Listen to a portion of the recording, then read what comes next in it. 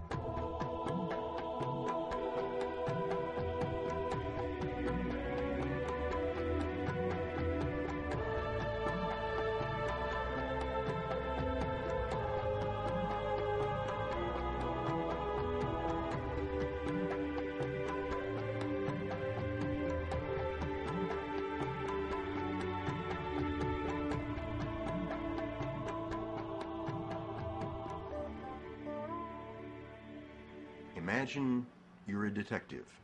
An unusual case comes across your desk. It isn't exactly a case of a missing identity or a missing person. It's a missing background, some lost years, and the particulars are sparse. Date of birth unknown, exact year of birth also unknown, sometime between 8 and 4 BC, place of birth disputed, thought to be Bethlehem. All human history divided by his birth, BC AD. This is no small case. An investigation into the past of one of the most influential persons in history. By this time you realize what you might be getting into, but it doesn't add up. Why a file on Jesus? You read on. Adventurous early life, fled with parents to Egypt after father had a dream, returned to Nazareth an unspecified number of years later, was baptized by a cousin, John, traveled extensively with a band of 12 disciples for about 3 years, preached, healed the sick, raised the dead, orthodox position, rose from the dead on the 3rd day, taught disciples 40 days, then disappeared from their sight in a cloud, ascended into heaven, and sat on the right hand of God. The file. It is full of unanswered questions. No record of his existence made during his life. If made, did not survive. Nothing he may have written survived either. No record of what he looked like, height, weight, color of hair, or eyes. Few details about his childhood. Little information about his family and home life. No record of any kind about where he was or what he was doing from age 12 to 30, a period called the lost years of Jesus.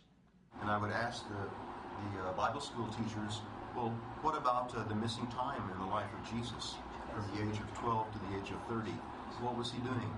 Was he working with Joseph? Was he making tables and chairs? Why don't they tell us? I was a student at the University of Alaska at Fairbanks.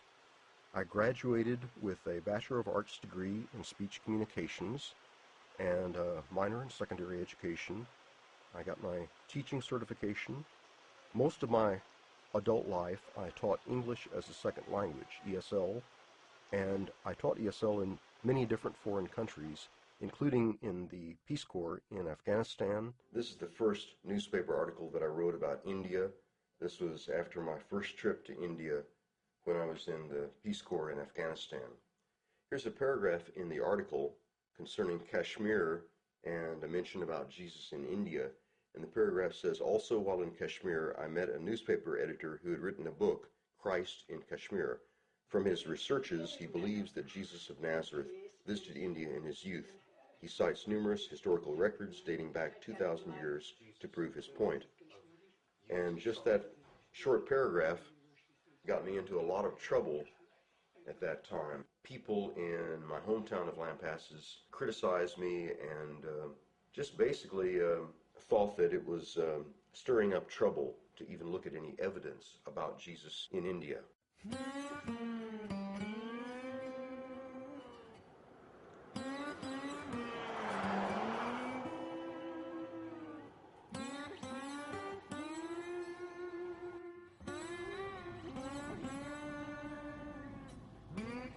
Though I was born here and raised here, I never have felt that I belonged here. My parents had a strong fundamentalist religious conviction. My mother tended to be more narrow and strict about her fundamentalist Christian viewpoints. And my dad was more tolerant and open-minded. And my dad basically said, let's leave the judging up to God. My parents, my brother and I, we went to church every time the doors were open, Sunday morning for Bible school and the worship service, Sunday evening, Wednesday evening. We were taught in the fundamentalist Christian church here that you either were going to obey God, or if you did not obey, you were going to be damned at the last judgment, condemned by God, and damned, sent to hell, to burn and suffer for all of eternity. Well, the New Testament and the Old Testament are both the inspired Word of God, and yes, we believe that they are. Well, we're, I guess you'd say, fundamental as far as Scripture is concerned. We believe every word of it, yes, sir. It was understood we were not supposed to dance, we weren't supposed to drink. Gambling was a no-no. I've known Ed Martin for, I guess, 50 years. Since he was a little boy, certainly. I'm not sure how old Ed is, but I've known him, I guess, all his life. Ed has always been out there on the edge. The difference between being a visionary and being crazy is a very small difference sometimes. And none of us know. None of us know what that difference is. Ed's grasp of reality and mine are not the same thing. He has always wandered around, and he enjoys traveling. He just never has settled down. Mm-hmm. And that's all right, if that's what he wants to do. But that's not what the rest of us do, of course. That's different, is what I'm saying. How sweet, how heavenly is the sight when those that love the Lord and he's an heir of heaven find his bosom glow with love.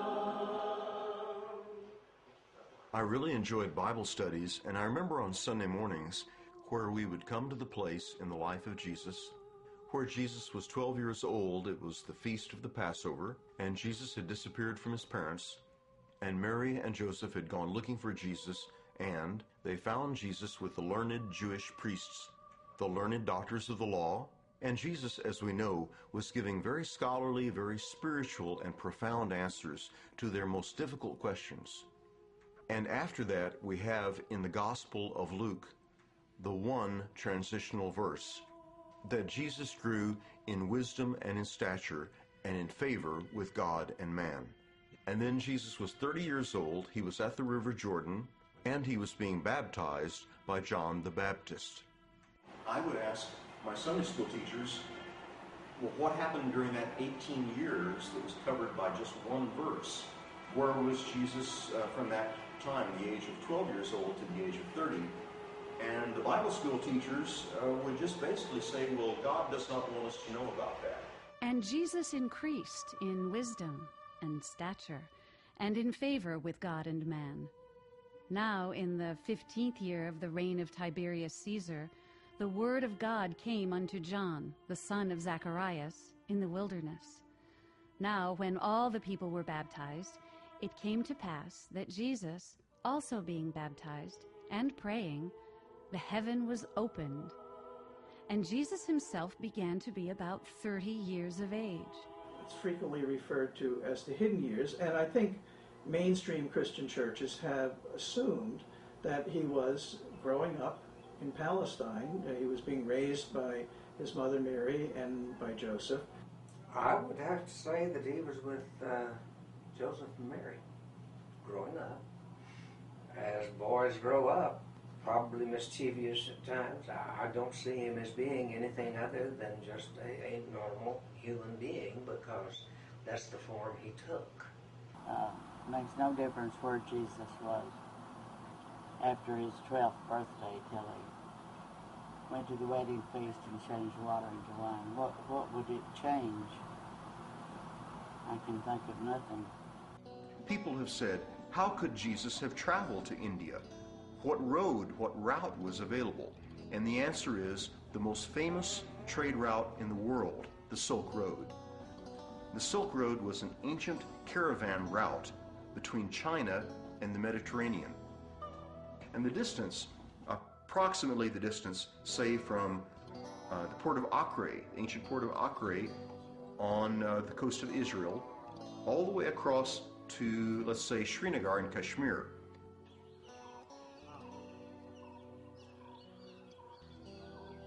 The ancient route could be covered in about 1 year, walking in about 10 miles a day. You could cover a distance of around 4,000 miles from Israel to India in about 1 year.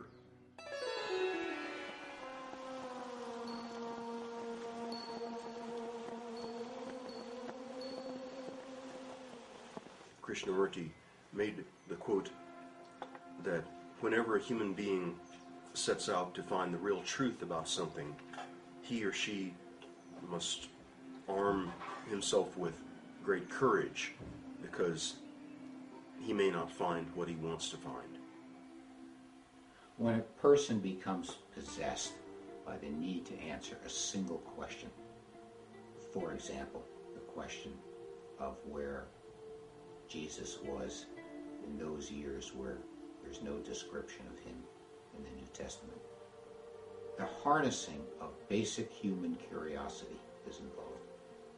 We are curious, and it's difficult for the outside observer to know whether a person is obsessed or inspired. Socrates said, I am commanded by my God to go around and ask my fellow Greeks difficult questions. Even if you will kill me for doing so, I will not stop asking difficult questions. I lost a number of friends through the years concerning this material. I gave up my house, sold my house to have my book published. I told some of my relatives, and they just kind of scoffed at the concept and did not want to hear any more about it. And of course, if we're going to talk about rejection, how many people rejected Jesus when Jesus was living? How many people listened to his message and this, oh, what a troublemaker, oh, that Jesus troublemaker, like that. So What's wrong with being rejected? I mean, sure, it's not. I think the rejection does not deal so much with the individual being rejected, but it deals more with the rejector. I'm Brother Chidananda. I'm a monk of Self-Realization Fellowship and disciple of Paramahansa Yogananda.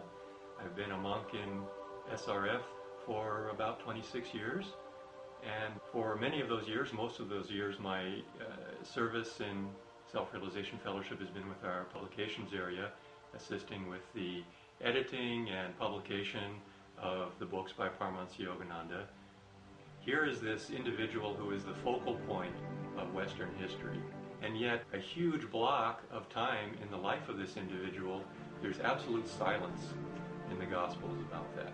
We have the beautiful story of his birth and the visit of the three wise men, and then a little account of him with his parents visiting the temple in Jerusalem. Takes him up to about the time when he was 12, 13, just a young man. And then there's a curtain of silence that just comes down, boom, and nothing for 18 years. We have the story in the Gospel shortly after the birth of Jesus where the Gospel describes the visit of the wise men of the East, who came to honor the birth of the Christ, the birth of Jesus, with gold and frankincense and myrrh. And again, the Gospel is very sketchy about who these individuals were and where they came from.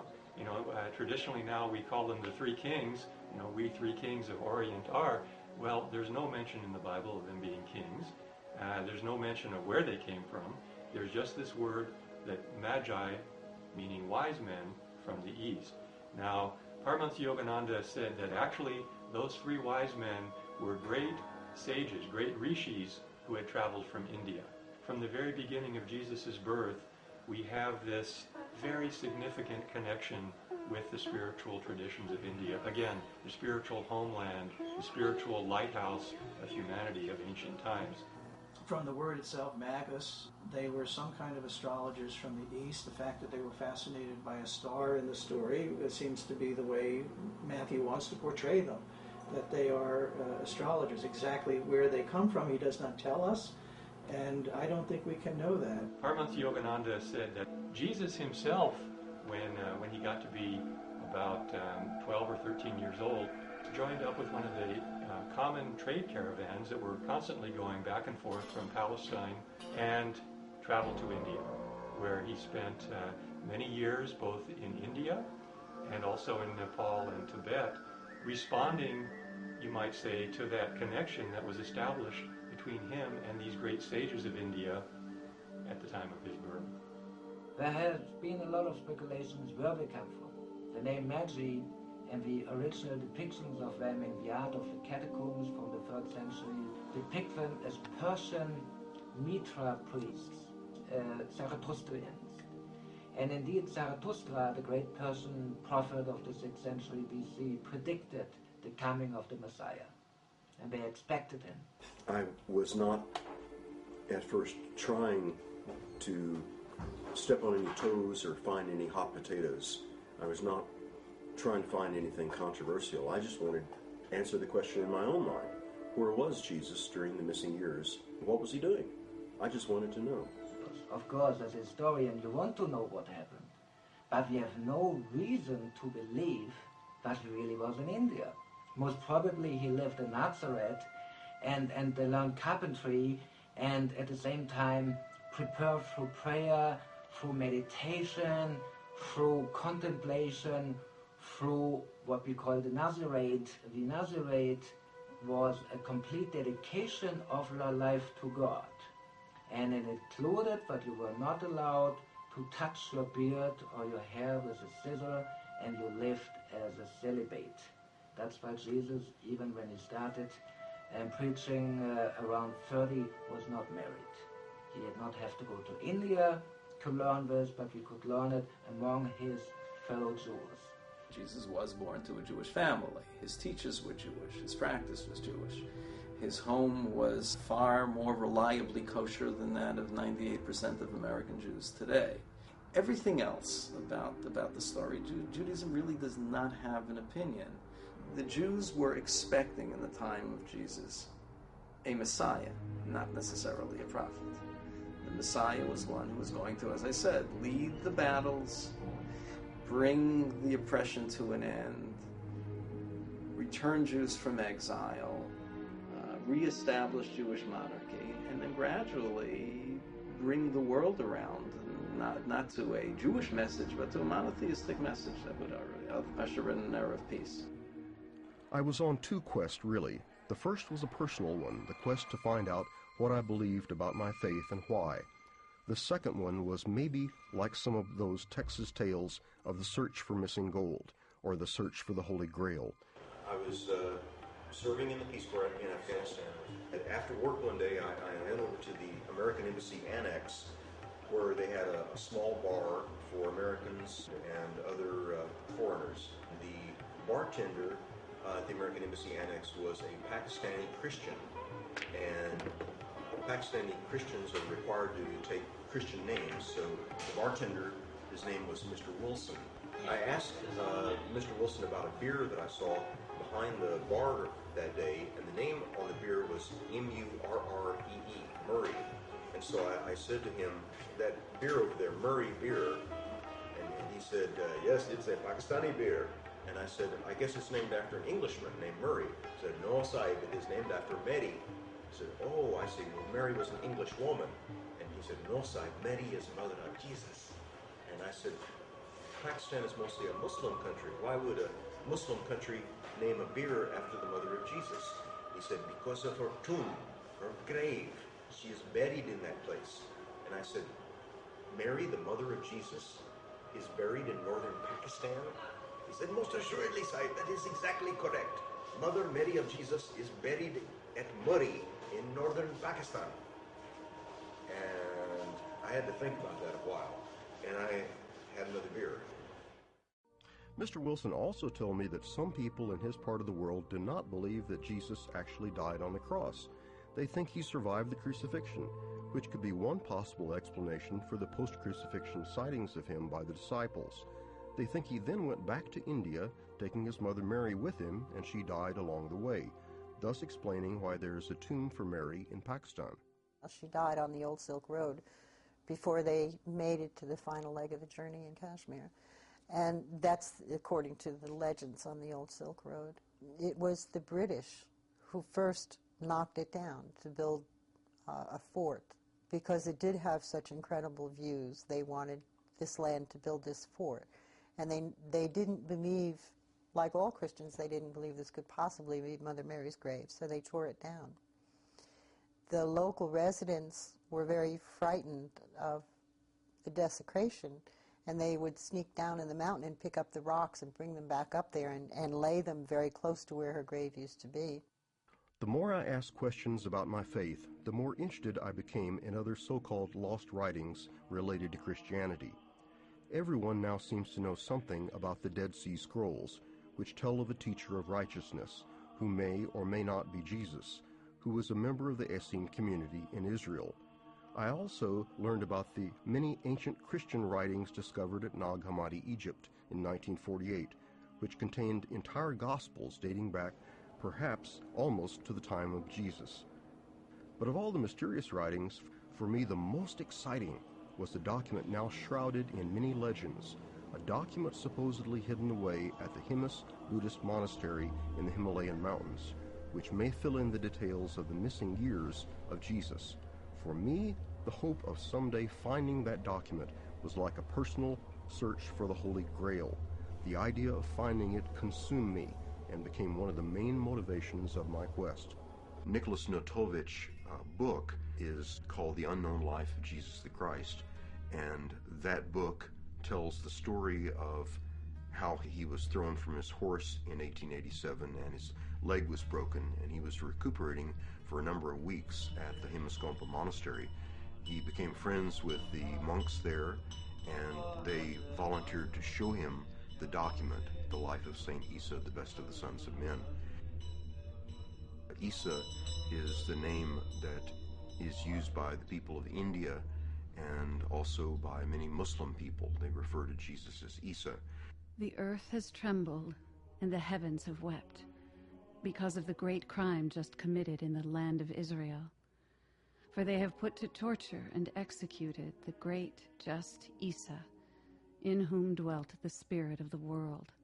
When Isa had attained the age of 13, when an Israelite should take a wife, the house in which his parents dwelt and earned their livelihood in modest labor became a meeting place for the rich and noble, who desired to gain for a son-in-law the young Isa, already celebrated for his edifying discourses in the name of the Almighty. It was then that Isa clandestinely left his father's house, went out of Jerusalem, and, in company with some merchants, traveled toward Sind, that he might perfect himself in the divine word and study the laws of the great Buddhas. In the course of his 14th year, young Isa, blessed by God, journeyed beyond the Sind and settled among the Aryas in the beloved country of God. The fame of his name spread along the northern Sind. When he passed through the country of the 5 rivers and the Rajputan, the worshippers of the god Jain begged him to remain in their midst. But he left the admirers of Jain and visited Jagannath in the province of Orissa, where the remains of Vyasa Krishna rest, and where he received a joyous welcome from the white priests of Brahma. And that document gives specific details about young Jesus in India. For example, the Jagannath temple at Puri, and that young Jesus was a student there. And of course there was a great effort to essentially debunk it and to say that he had fabricated it, that he had made it all up, and there was no possible way that these manuscripts could exist. It was a forgery. They have thrown everything they can think of at me to try to invalidate the authenticity of my documents. But the main attack is against my honor as a writer. One of the main attackers of Notovich's book was Dr. Max Muller of Oxford University in England, a noted Orientalist and a professor of modern languages. Mr. Max Muller is a skeptic who attempted to demolish me. He claimed that Notovich had never gone to Himas Monastery and that Notovich had never examined such an ancient document. And Notovich turned up the heat by telling how that he had talked privately with a cardinal, and that the cardinal had told him that the Vatican has numerous documents about Jesus in India, and the Vatican knows all about Jesus in India. The debunkers pressed Notovich, what is the name of the cardinal? Notovich would not reveal that source because he had promised the anonymity of that cardinal. And so the debunkers attacked him even more. And they said that was further proof that the whole thing was a lie. He further criticized me because I refused to name the cardinal of the Roman Catholic Church who spoke to me in confidence about this matter. But I state here and now that I have learned from that cardinal the secret life of Jesus Christ is no novelty to the Catholic Church, that the Vatican Library possesses 63 documents in various Oriental languages referring to this matter, which have been brought to Rome by missionaries from India, China, and Arabia. I think the debunkers were feeling that because Notovich was a Russian-born Jew who had converted to Christianity, that Notovich may have concocted the story for his own means. They may have believed that Notovich was trying to exonerate the Jews from guilt and put the blame on the Romans, specifically Pontius Pilate and also the Roman soldiers who carried out the crucifixion. To return to my book, I maintain it undeniably establishes an agreement between the Gospels and the sacred books of India and Tibet. To claim that the documents never existed, to me it was ridiculous to make that claim, because there were so many other witnesses in later years who also saw the same document, the life of Saint Isa, the best of the sons of men. The evidence that I found is that Jesus studied with both Buddhists and also with Hindus in India, and that Jesus respected the teachings of both Buddhists and Hindus. So I think there's a significant lesson there about tolerance for all of us, that I think as we find out the truth about the life of Jesus, and his studies in India, I think that we find that Jesus found value and wisdom in other religions. And I think that we as Christians should not condemn other religions. And I think that people of every religion should be tolerant of other religions and live in harmony with them. Sir Jonathan Sacks, the chief rabbi of England, wrote this very thesis that there is no greater problem facing 21st century man than finding a way for major religious groups to value, not just respect or tolerate, but to value the humanity of those outside their groups. The goal is to unite all religions. The ultimate goal. Unite all peoples, unite all nations, unite all religions. Total unity of humanity. And you can only do that by transcending the differences. So if Jesus went to India, that would have been a major contribution to that goal. My sense is that this is an enormous item in India. These traditions and legends have not permeated Western culture at all. I'm not familiar with them. Nobody talks about them in theological circles. All of what we would talk about, especially in terms of travel, would be pure speculation based purely on legend. And the reason why Gospels don't tell us about the hidden years of Jesus is because they did not consider the particular activities of those years as significant. As a Roman Catholic, from a theological point of view and the point of view of my faith, I have no problem with our Lord going anywhere between 12 and 27, because why shouldn't he?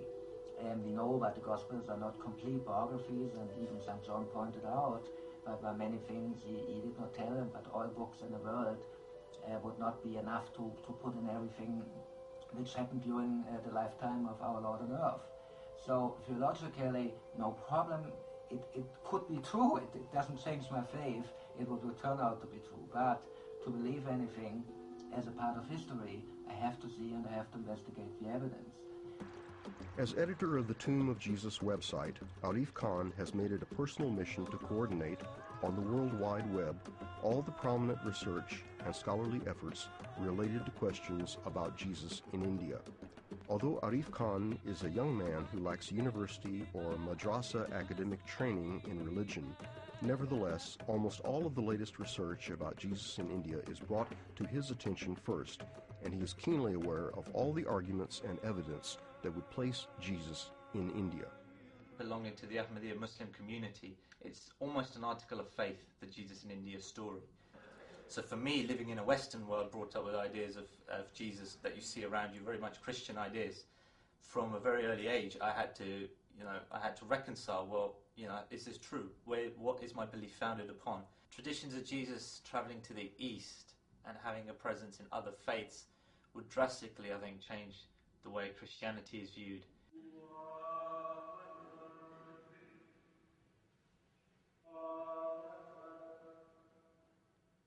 If this idea was embraced by all the faiths, it would mean that Jesus could definitely, instead of being a dividing figure, could be a central point for them all to come together.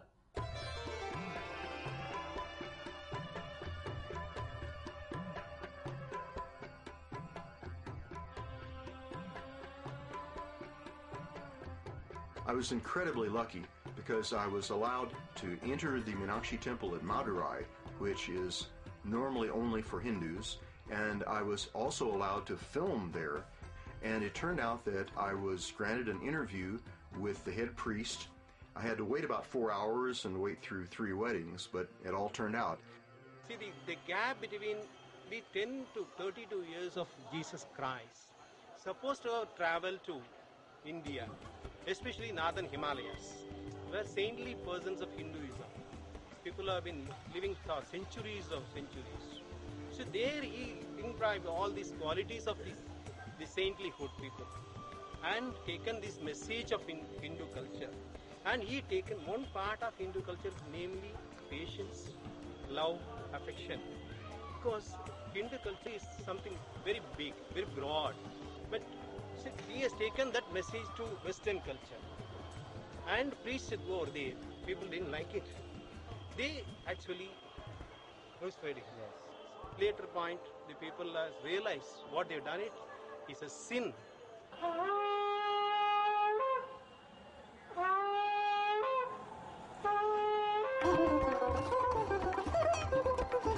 The head priest was excited to talk about Jesus in India, and while I was there, someone gave me a tip about a bishop of the Catholic Church in northern India in the Himalayan foothills at a place called Bareilly.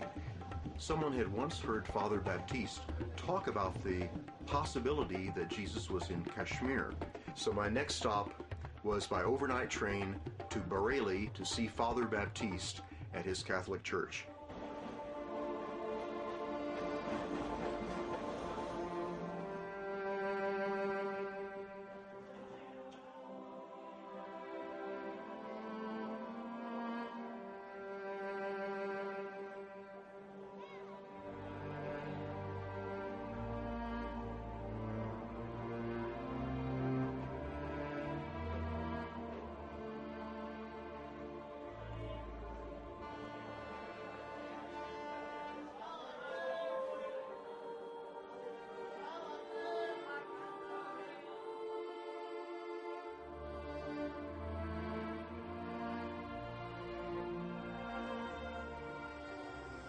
Jesus didn't start a religion. Jesus started a way of life that is away from the way of life of Pharisees and scribes. Matthew 5:20. Unless your religiosity is deeper than the religiosity of the scribes and Pharisees, you will not enter the kingdom of heaven.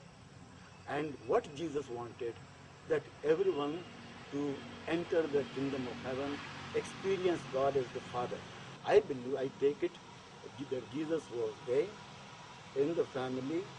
It is quite possible Saint Joseph, being an elderly man, must have died, and responsibility of Jesus to take care of Mary and maybe other children, and being eldest, it was his responsibility. Father, part of my research about the missing time in the life of Jesus is concerning a Russian explorer named Nicholas Notovich. And in 1887, he was in Ladakh, near Himaskompa Monastery, and during that time he became friends with the Buddhist lamas. And after some time they trusted him, and they told him that they had a 2,000-year-old document, a Tibetan document, which tells about Jesus in India, about the missing time in the life of Jesus, and that document is called The Life of Saint Isa, the Best of the Sons of Men. And it has a lot of details, and I'm wondering, have you ever met anyone here in India who has ever talked about that document or that information? I have heard that Jesus was in Kashmir. That talk was there, and that was long back. Even as a student in the seminary, I have heard that Jesus was in Kashmir, Jesus came to Kashmir. That is, and I still believe it to be just a rumor without any historicity or any proof on that. We have a saying in English, where there's smoke, there's There is fire. fire. And we don't know, but where there's a rumor, sometimes there's at least a little bit of truth. We live here somewhere near our house. I'll let you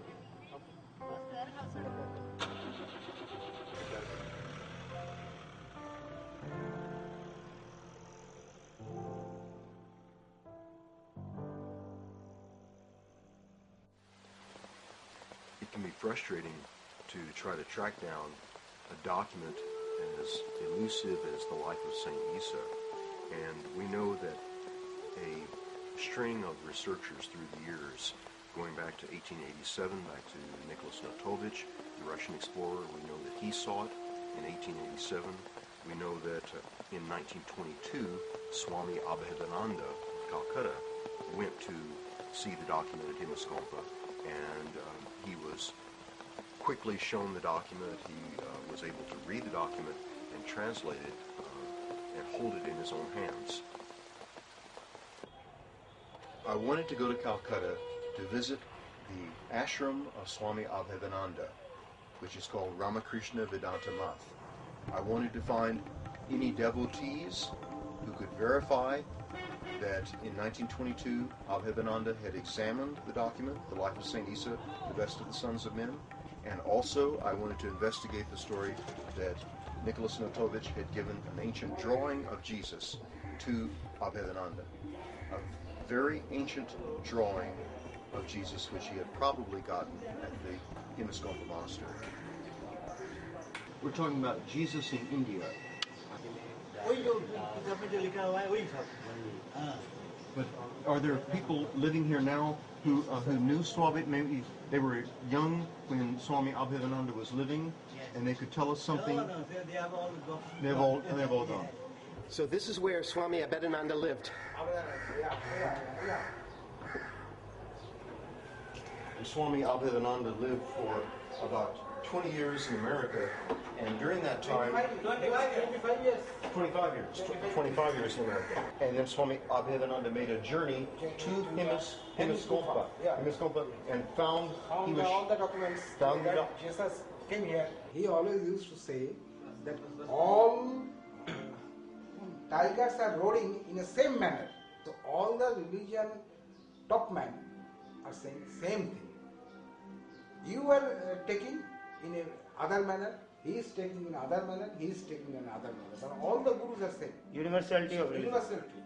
Thomas Edison gave this to Swami Abhedananda. To Swami Abhedananda. After discussion on Vedanta nearly 2 to 3 hours. Really? And he is so inspired that he handed over his gramophone to Swami Abhedananda. A picture of Jesus? Yes. And how was it brought here by Nicholas Notovich, did you say? Yeah. Is it your understanding that this is a very old picture? One of those. There was another piece in the puzzle, another piece, the next part of the story about this evidence of Jesus being in India. And that came from, interestingly, from another Russian traveler, another Russian explorer, Nicholas Roerich. The Roerichs had a lot of influence in that people paid attention to what they said and did. In 1926, they were trumpeting the discovery of this document. Nicholas Roerich had an extremely productive career. He didn't leave Russia until his mid-40s, so he was already middle-aged and had produced a large body of work, and he was head of the largest art school in Russia. From India, they went into Kashmir, then to Khotan, and then up through western China. When they began their expedition, certainly one of their scheduled stops would have been at the Hemis Monastery to try to verify what was in that book. They would certainly have been aware of it because it caused a sensation.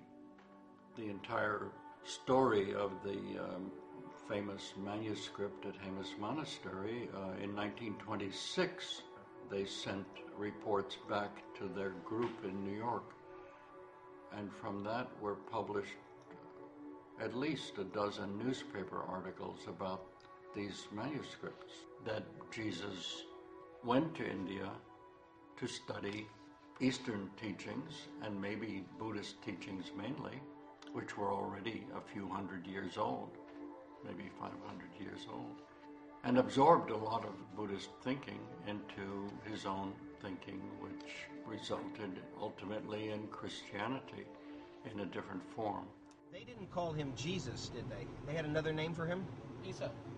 Isa. What does Isa mean? Ish in Sanskrit means Ishwar. It's a short form of Ishvara. Ishvara means the Almighty, the all-knowing, omnipresent God, and Masih means either a messenger or son. So he was called in India Isa Masih, or Son of God, Messenger of God. So Jesus Christ is one of the spiritual masters who is doing this very confidential service for the Lord by bringing so many souls closer to the Lord. So even when Jesus Christ was being crucified, he prayed to the Lord, please forgive them. Forgive all these people. They don't know what they are doing. See, that is the quality of an Acharya. Acharya or a spiritual master is very kind and merciful. Our spiritual master also says that for 12 years, Jesus Christ, he was in Jagannath Puri. It's the temple of Krishna. In the accounts that Notovich found in the Tibetan monastery and translated, where it describes Jesus' travels and what he did while he was in India, there's one specific location that they talk about, and that is this ancient Hindu temple called Jagannath Temple. The head of this Jagannath Temple traditionally is one of the 4 ecclesiastical heads of Orthodox Hinduism. Just as in the Catholic Church we have the Pope, in Hinduism, in the Hindu tradition, there are 4 spiritual heads that are called Shankaracharya. I felt incredibly fortunate to be allowed to have an interview with the Shankaracharya of Puri, one of the great leaders of Hinduism, and I was told beforehand that the Shankaracharya never grants interviews, but when we were able to convey our message to him that we wanted to interview him about Jesus in India, the doors opened.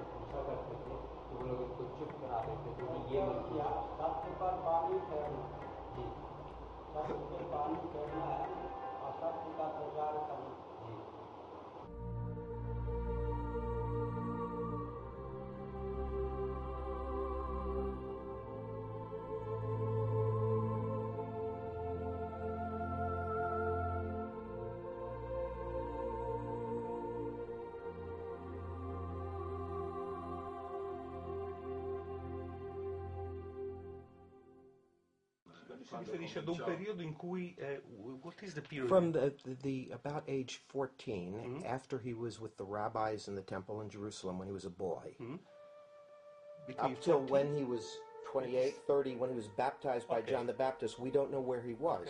La vita pubblica di Gesù, noi la sappiamo dai cosiddetti libri evangelici. Ma lui dice che giustamente c'è un periodo dai 14 anni ai ai 26-27, non si sa bene che cosa abbia fatto Gesù. No, questo guardi, è la prima volta che io lo sento, pur avendo studiato assai bene la teologia. Basically, the answer to your question was is that the church and himself too, they don't recognize this Indian period of Jesus. They say that it doesn't appear in any books, No in Old Testament, no in the New Testament.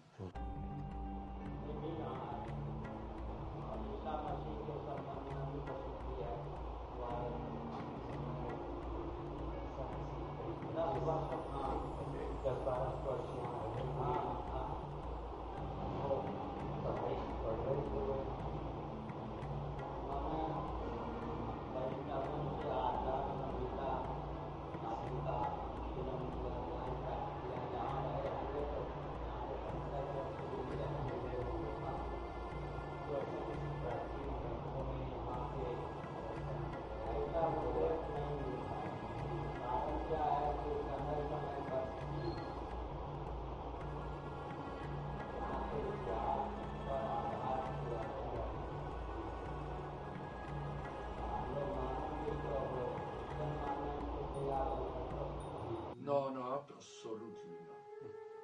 Tutto quello che noi sappiamo lo sappiamo dai 4 evangelisti, Matteo, Marco, Luca e Giovanni, 10 lettere di San Paolo e 2 lettere di San Pietro.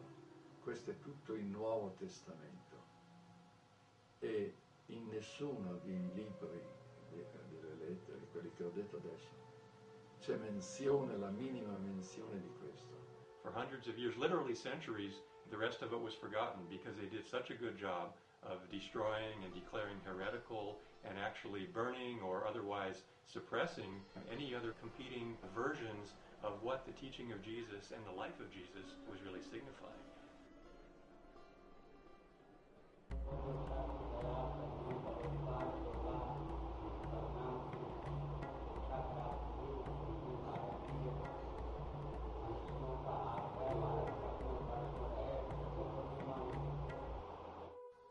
Sarebbe nei Vangeli, nelle lettere di San Paolo. Ma quindi allora tutti i documenti, diciamo così... Ma i documenti perché? Possono essere anche di 30.000 anni fa, i documenti.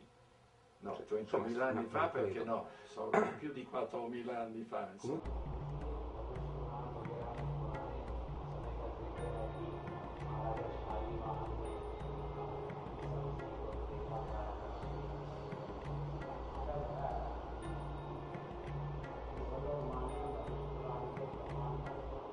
In pratica allora cioè, questa documentazione, queste supposte prove sono tutte false. False, sono invenzioni che poi si sono tramandate. Ma invenzioni di chi? Ma del posto. E che motivo avrebbero avuto di inventarsi la vista di Gesù in India? Ma mica le hanno fatte prima che sapessero di Gesù. Ah, lei dice dopo? Dopo. Ma dopo.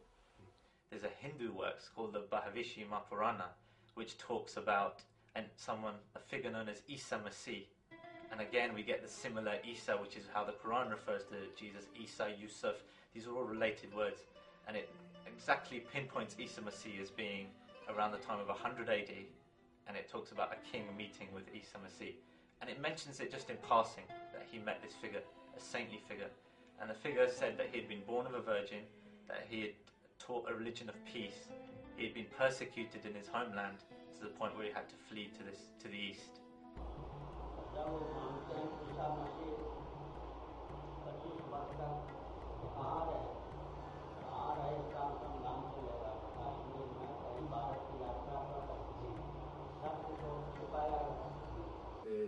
Diciamo, non esiste comunque una risposta certa e sicura del motivo per cui le scritture non parlano di quel periodo della vita di Gesù.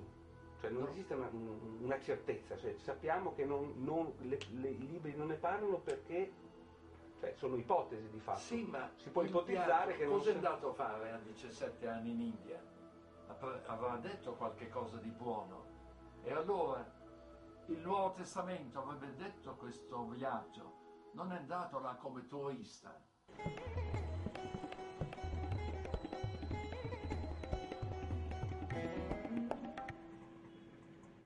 According to the life of Saint Isa, Jesus criticized the caste system. He criticized the Brahmins for exalting themselves. And at one point, Jesus irritated the priestly caste so much that they hired an assassin to try to kill him. So it seems Jesus did step on some toes within the Hindu community 2,000 years ago. And Jesus fled and went northward up toward a place that is called Kapilavastu, the birthplace of Gautama Siddhartha, the Buddha. And then later went further north up into Tibet, into Lhasa. My source for this is Notovich and his translation of the Life of St. Isa document. The document may not really be 2,000 years old. We realize that it may be something more modern. We do not know right now about the facts of its true history, and that's something that we want to go and investigate firsthand. At the airport at Ladakh in northwestern India, it's high up in the Himalayas, the highest airport in the world. It's amazing that the monks there can live and function as high as the elevation is.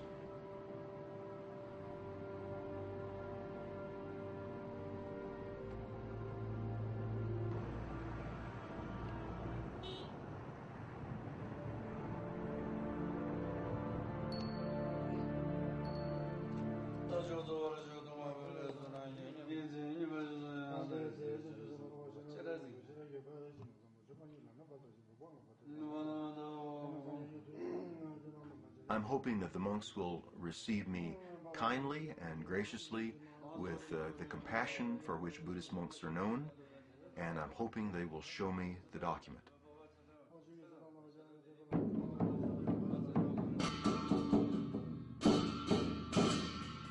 सतर्क रहना पड़ते हैं क्योंकि एक काल को इनकी present में या हम कमेटी की प्रेजेंट में कमेटी है, सारे यहाँ बैठ के करेंगे तो पता चल जाएगा कि यहाँ है कि नहीं है। अब अकेला आदमी तो कुछ नहीं कर सकता है क्योंकि इस तरह से भी बात उठ सकता है काल को कि है तो सही है, ठीक है, नहीं है तो कहीं गायब कर दिया हो। इस तरह की बातें इसमें है तो थोड़ा इसमें मुश्किल भी है। जो इसका इतिहास है इस तरह का किताबों में मैगजीनों में लिखा है और इन जन श्रुति में भी है। दूसरा हमारे यहाँ किताबें हैं, जो जितना भी किताबें हैं उसका कैटलॉग अभी तक हुआ नहीं है। यहाँ ये नहीं कह सकता है कि यहाँ नहीं है कि हमारे यहाँ दुर्भाग्यवश कहिए या जो भी कहिए, हमारा जो है यहाँ का हेड जो है लामा है, रिम्पोची जी है, वो बचपन से ही तिब्बत चले गए थे तो उसके बाद वो लौटे नहीं हैं 40-50 साल तक। तो जैसे कि तैसे जितना भी मनुस्क्रिप्ट है, जितना भी लिपि है, लिपिवाद है, जितना भी यहाँ ग्रंथ हैं वो ऐसे पड़े हुए हैं। The lamas were not allowed to open the archives, which are just bound with strings, but the head lama had given the orders that they were sealed and should not be opened until he returned. So those beautiful Tibetan books were within reach, but out of reach. It's kind of like on some mountain climbs that I've been on. Some mountain climbers have gotten within 100 yards of the summit that they have been working for, maybe for 14 days or longer, and they're almost at the summit and a storm is coming and the guide makes the decision we have to turn back, and maybe they never get to reach the summit.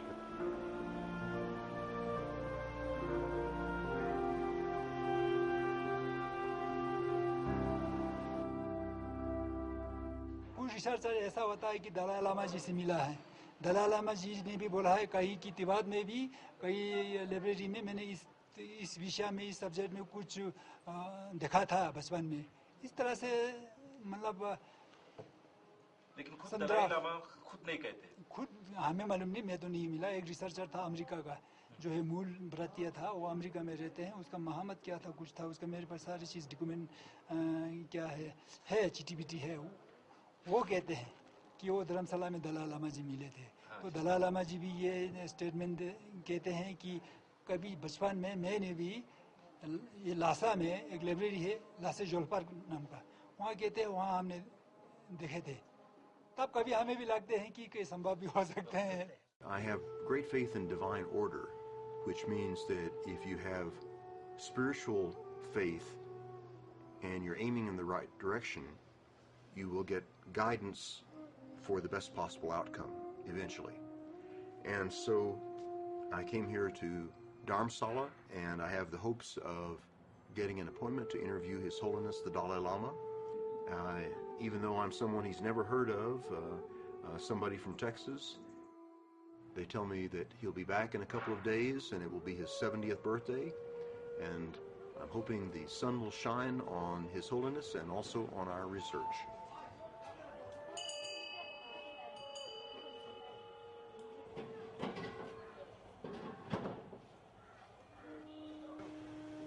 His appointment book was pretty full, but what should I expect? If I dropped in at the Vatican and tried to see the Pope, his schedule would have probably been pretty full too. Finally, I learned in a communication from his office that the Dalai Lama says he does not know of the existence of ancient Buddhist documents that tell of Jesus in India, that in fact he first learned about these questions when he was asked the question by others, and so even he cannot confirm today that Nicholas Notovich and the others really saw and translated those ancient Buddhist accounts of Saint Isa or Jesus in India. And I have to reflect on all of these things more, because I'm not completely certain about all the answers. I want to find more evidence, I want to find more information, and I want to look outside the box and think outside the box.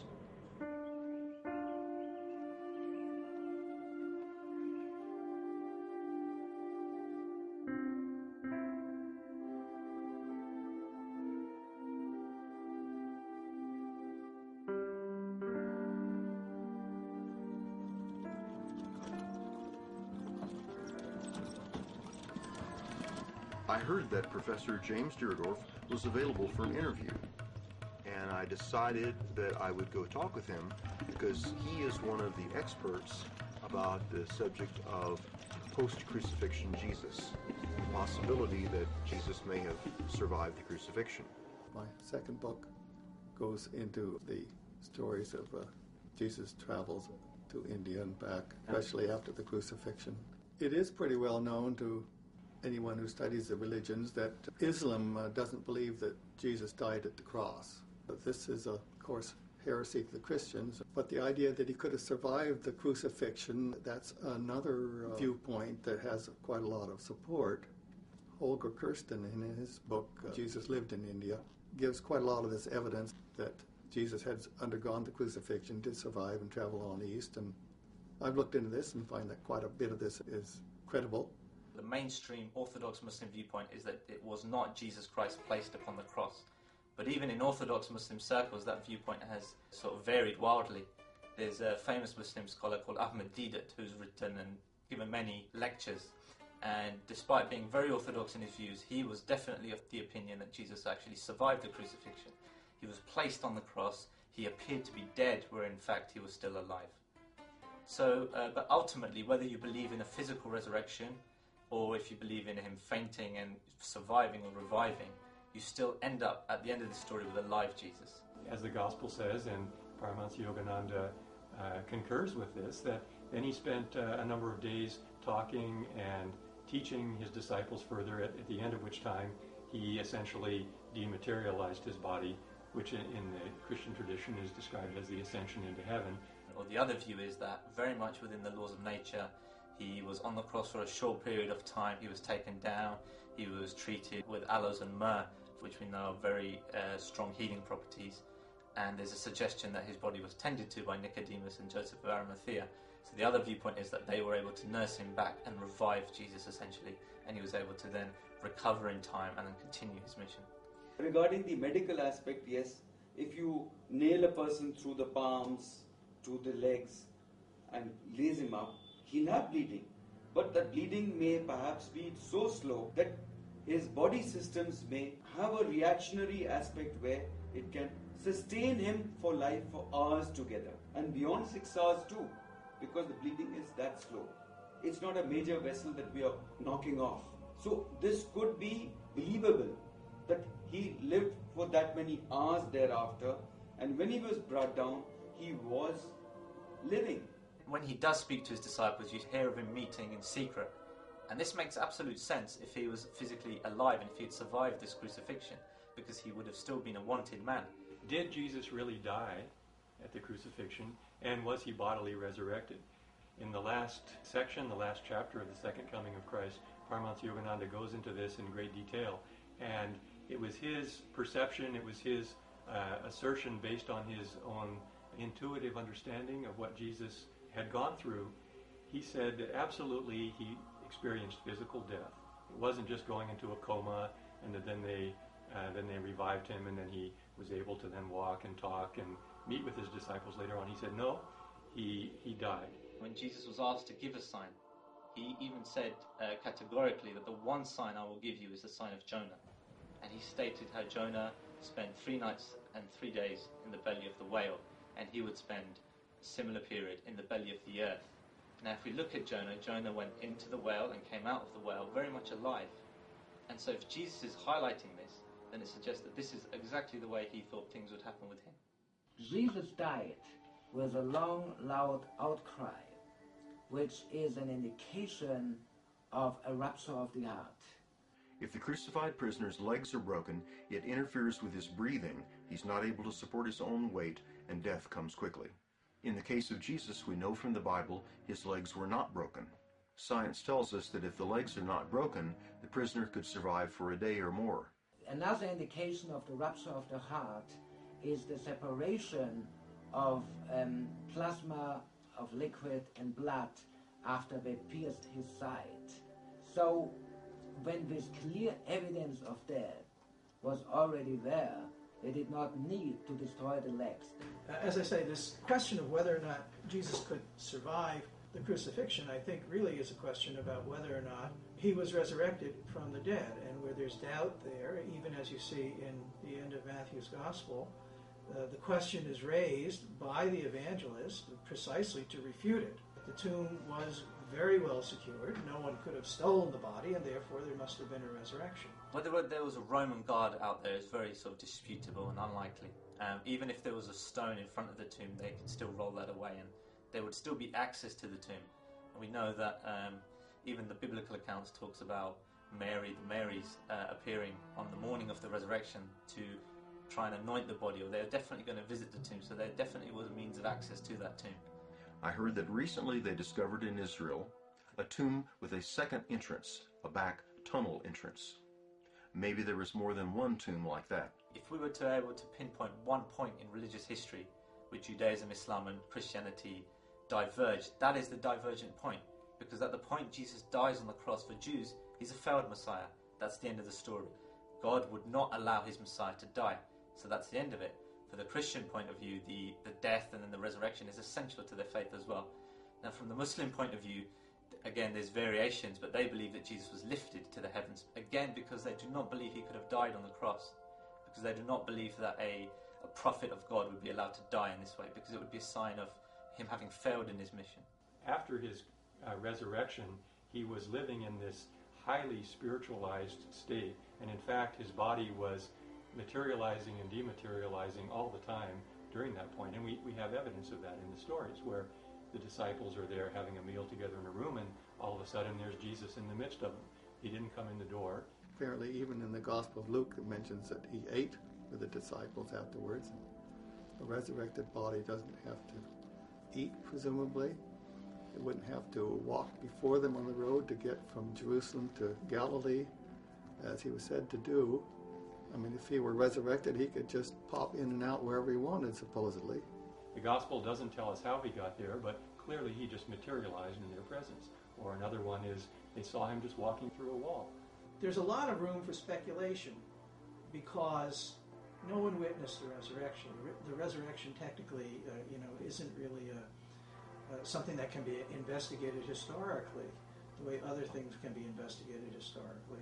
If Jesus survived the crucifixion, he would naturally want to escape the Roman Empire, and returning to India, where he had spent his youth, would be a wise choice. There was a scattering of the Jews as far as Kashmir, India, Afghanistan, the whole of that area, to the point that out of the original 12 tribes of Israel, only 2 were to be found in Jerusalem. There were times in which elements of Judaism were brought to different parts of the world. I even go back to a verse in the Bible where on the death of, close to the death of Abraham, the children that he fathered in late life, nobody knows the names of them, but they're right there in the Bible. It says that he sent them eastward to the east. The phraseology is jarring, eastward to the east. Well, of course you're going to the east, you have to go eastward. So there are those who've argued that the east that's meant there is the real east, and that what Abraham was doing was putting a placeholder in the part of the world that would not discover monotheism as quickly as the descendants of Isaac and Ishmael. Now Jesus himself has said his mission is to gather the lost tribes of Israel. And this was always the mission of the Jewish Messiah, was to unite the tribes of Israel, bring them back. So it's his obligation to now go and preach to those brothers and sisters who are dispersed throughout the East. There are many correlations about the similarities between Hebrew people and the people of Kashmir. The linguistic similarities, which are very strong, types of foods, types of clothing, DNA, the kind of knife used by butchers, the shape of the end of the oars of the shikara boatman is a heart-shaped, the end of the paddle, which is the same as the ancient Hebrew oars.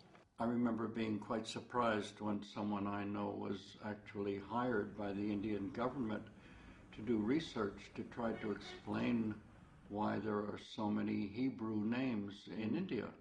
Therefore, the Messiah may have been talking about the people of Kashmir when he talked about the lost sheep of Israel, the lost tribes that he needed to minister to. The Messiah has an obligation to those people who were recognized as Jewish in his day. Thomas, according to tradition, went to India and brought the gospel there. So St. Thomas, the Apostle Thomas, one of Jesus' chosen 12 apostles, was teaching, spreading Christianity here in India from 52 AD until his death in 72 AD. So we're talking about 20 years. And Thomas was killed by a Hindu. He was speared in the back while he was praying. Continuously, from the end of the first century until today, there are Christian communities, they call them the Thomas Christians, who date their church or their teaching back to St. Thomas. The Gospel of Thomas suggests that the real world is the spiritual world, and that the world of spirit and awareness is the real world of divinity, and that the rest is, in a sense, less real, analogous with Hindu teaching. In Hinduism, there is a frequently referred to concept, the concept of Maya, which would mean the world around us, the world of physics, the world of time, the world of planets, the world of rocks, that entire world that we think of as real in our waking daily life is in fact a transitory, ephemeral illusion. It's something here today, gone tomorrow. Generally, in Hinduism and Buddhism, the goal is to transcend all physical manifestation, all chemical, physics, biology-based life, and to enter entirely non-material spiritual realms. This is also suggested in the Gospel of Luke, in Luke 17:20 and 21, which Jesus says, the kingdom of God is among you, or within you. Depends how you translate. And so this is an idea present, apparently, within the early Christian movement, but it becomes developed and it becomes dominant in the teaching of the Gospel of Thomas. Both Hinduism and Buddhism, the major historical religions of India, emphasize that the search for the divine should turn within oneself, that each individual, in one way or another, carries with them all the laws of the universe. Even the simple statement of Jesus, behold, the kingdom of God is within you, this is pure yoga. When they asked him, well, where is this kingdom going to come? Will it be a political or a social, or will it be at this location or that location? And he immediately corrected them and said, no, the kingdom of God is within you. And that is what we experience in meditation. In the New Testament it says, if your eye be single, your whole eye is full of light. That's one version of the saying. In the Gospel of Thomas, it goes like this: within a man of light there is light, and if it is not illuminated, he is in darkness. The idea is that there is light within, and one can find that light. What is that single eye, if your eye be single?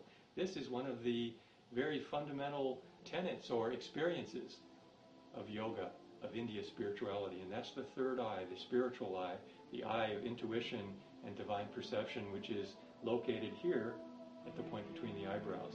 And through meditation, one awakens or activates the spiritual perception of that single eye, of that spiritual eye, and perceives the nature of reality, the nature of creation as divine light, that all of the seemingly material, physical world is really vibratory light emerging out of the divine creative principle, and that's what one perceives with that awakened eye of spiritual perception.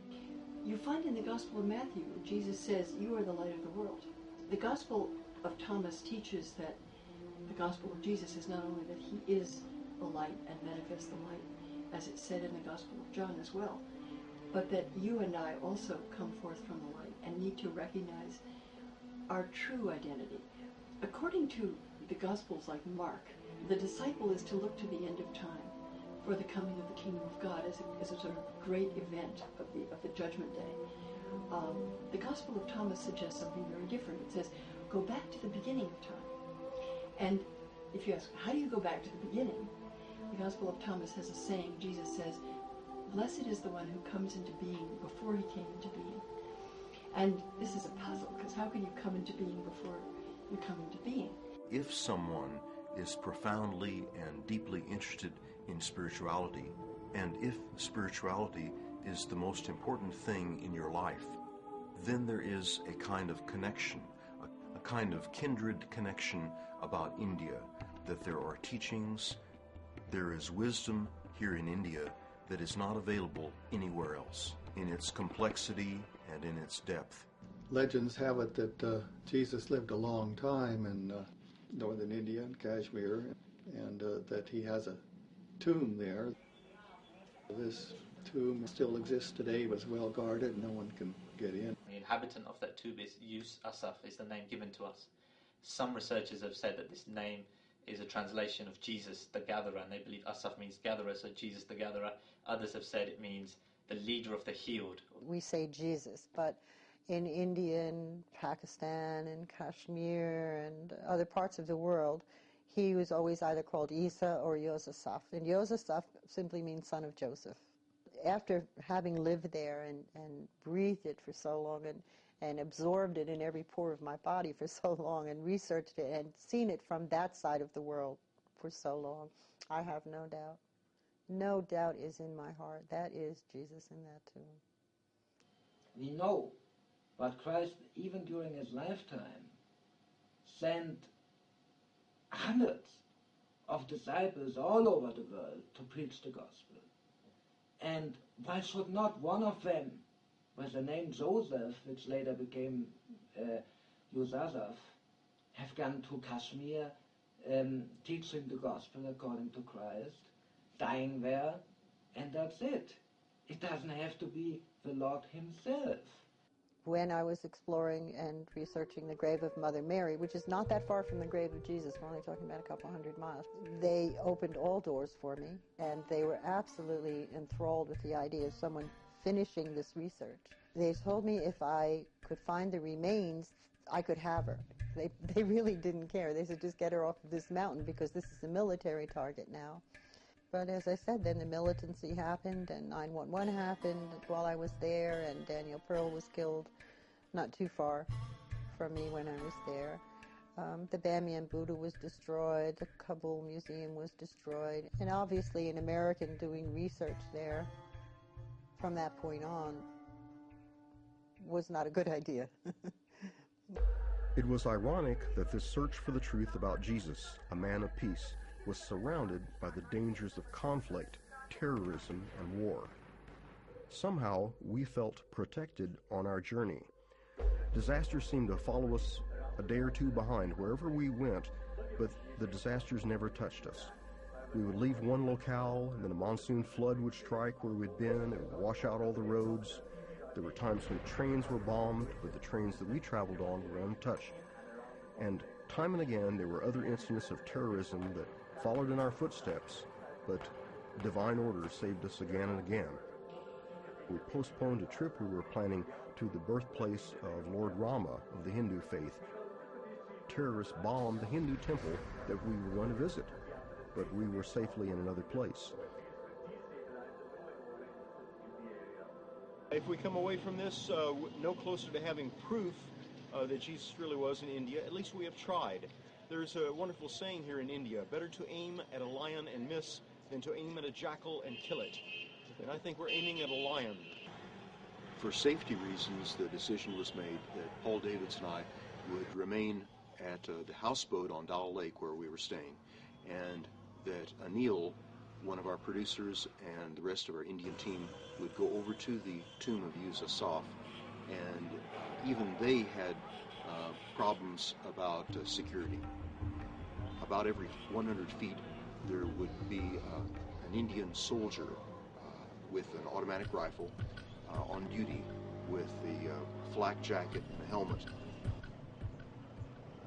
And those soldiers were guarding against any kind of terrorism, any kind of trouble that might take place, because there's a lot of hostility and tension. Just getting to that particular place itself is very, very risky, and all the more due to the presence of a mosque nearby, which generally has seen many gun battles between the outlaws as well as the security forces.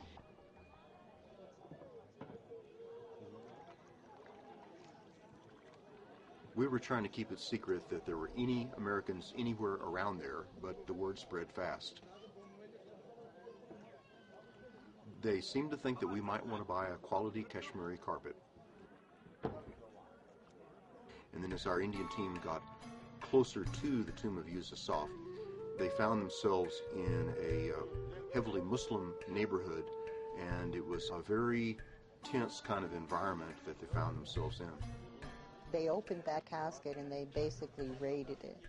And a lot of the documents and scrolls and important things that were in there associated with this tomb have disappeared or being held in private homes. What they've done is rip out all of the wood carvings. They removed the sarcophagus that contained all the relics. They replaced it with 4 glass walls so that now it looks like a shopping mall, you know, and they put a flimsy fake sarcophagus inside.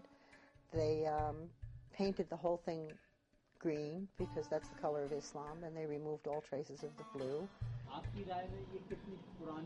बहुत पुरानी है, ये कह नहीं सकते हैं। हाँ, हमारे पुराने बुजुर्गों ने कहा है कि समंदर के इस पार ऐसी जियारत कहीं नहीं है, ये पैगंबर ज़्यादा है, समझे। और मिस्र से आए हैं, यहाँ पर ये क्लाइमेट, ये है ना, ये मौसम आब हवा अच्छा होने की वजह से उन्होंने यहाँ इबादत की है। यहाँ के मुसलमानों का प्यार देखा है उन्होंने, तो उन्होंने भी इस प्यार के लिए इसको वापस जाने नहीं दिया। हाँ, इनका ये इंतकाल भी यहीं पर हो गया है, ये यहीं पर दफन हो गए हैं, बस ये बात। So when Muslims living near the tomb insist that this is a prophet from Egypt, that could still mean Jesus to them. In fact, it corroborates the story rather than detracts from it. The tomb of Yusuf is hundreds of years older than the beginning of Islam. In the Muslim tradition, an enclosure building is never built around a tomb. But this tomb of Yusuf has an enclosure building around the sarcophagus, around the grave, and that is an ancient building. JNK Police. JNK Police. Nice meeting you. मेरा नाम अनिल है, आपसे मिलकर बहुत खुशी हुई। तो हम आपसे पूछना चाहते हैं कि ये जो मज़ार यहाँ कब्र बनी हुई है, ये किन की है? ये मुसलमानों की है। ये मुसलमानों की है। इसके बारे में कहा जाता है कि ये ईसा मसीह की है। नहीं, ये गलत बात है। ये गलत बात है। ये गलत बात है। अच्छा। ये ऐसे ही लिखा है किसी ने किताब में, ये हज़रत ईसा है इधर। ये हज़रत ईसा नहीं है। और ये हज़रत यूसा है। यूसा है। हज़रत यूसा है। The direction of the tomb is in the Jewish direction, east-west facing, which suggests that the inhabitant of that tomb would be a follower of Moses, of Israelite origin, because this was the direction that they buried their dead in. There clearly were groups that did believe in aligning graves in an east-west manner rather than a north-south. For many, many, many hundreds of years, Jews were looking along that east-west axis. It was that band of the Earth's circumference that Jews occupied rather than largely to the north or south. In the Valley of Kashmir, the Temple of Solomon contained an ancient stone inscription going back to 54 AD. The inscription said that Yusuf proclaimed his prophethood and that he was Yusu, prophet of the children of Israel. In modern times, the inscription was destroyed, but not before photographs were taken of it. And that should settle the question as to whether Yusuf was from Israel or Egypt. Darin Wacht. Wacht means time in Persian. Darin Wacht, at this time, Yusuf, Jesus the Gatherer. Dawai Pagamambari Mikunand, that he proclaimed his prophethood. And the other part, he was Yusu, prophet of children of Israel. Aishan Yusu, Paihambari Bani Israelas. When I was given permission to get the DNA, those men had access to the underground tomb. Under the main room is a cellar, and there's another tomb down there.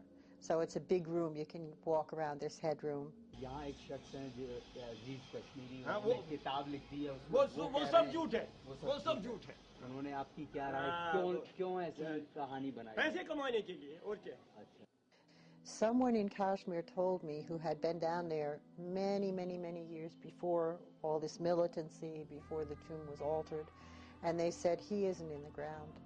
Behind one of those stone walls is a ledge, and they put him on that ledge and sealed off, so there's a false wall, and he is behind that false wall. तौहीन हो रहा है ये कि अगर कोई भी फिरका ये कहे कि हजरत ईसा यहाँ पर है, ये मुसलमान के इस कुरान को तौहीन है, ये मुसलमान बर्दाश्त नहीं करेंगे।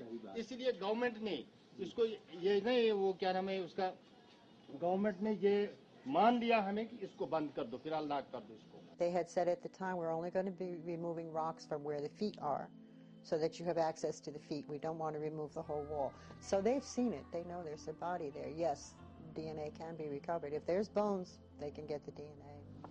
It doesn't matter how old the bones are? No, we have 4,000-year-old, 5,000-year-old Tocharian mummies that they're getting DNA from regularly. ये गवर्नमेंट के ही इजाजत से एक लेडी आई थी यहाँ, वो यहाँ से सैंपल उठाना चाहती थी डीएनएस टेस्ट के लिए। अच्छा। हाँ, तो इसीलिए ये बंद कर दिया है यहाँ पर ये मुसलमान लोग जो है ये बर्दाश्त नहीं करेंगे इसका तौहीन। I received all the approvals I needed, but at the last minute there was some militancy, and this was shortly after 9/11, and the project collapsed. One of the significant aspects of the tomb of Yusuf, there is a carving of 2 stone feet. The stone feet have strange marks, as though at the time of the burial, the artist was trying to show that that individual had undergone a crucifixion, and to preserve that knowledge in stone. And of course, the Muslim caretakers now keep it covered over with a cloth, because they do not want attention to be drawn to that fact. It took me personally about 20 years before I could change my thinking and not be threatened by the possibility that Jesus may have lived through the crucifixion and recovered his health and lived a long life. But I do not think it is heresy asking the questions and seeing where the evidence leads.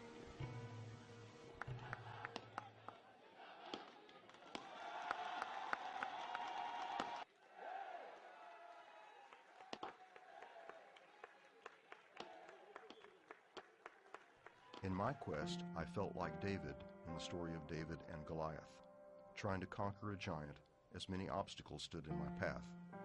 But the Goliath I faced is still there.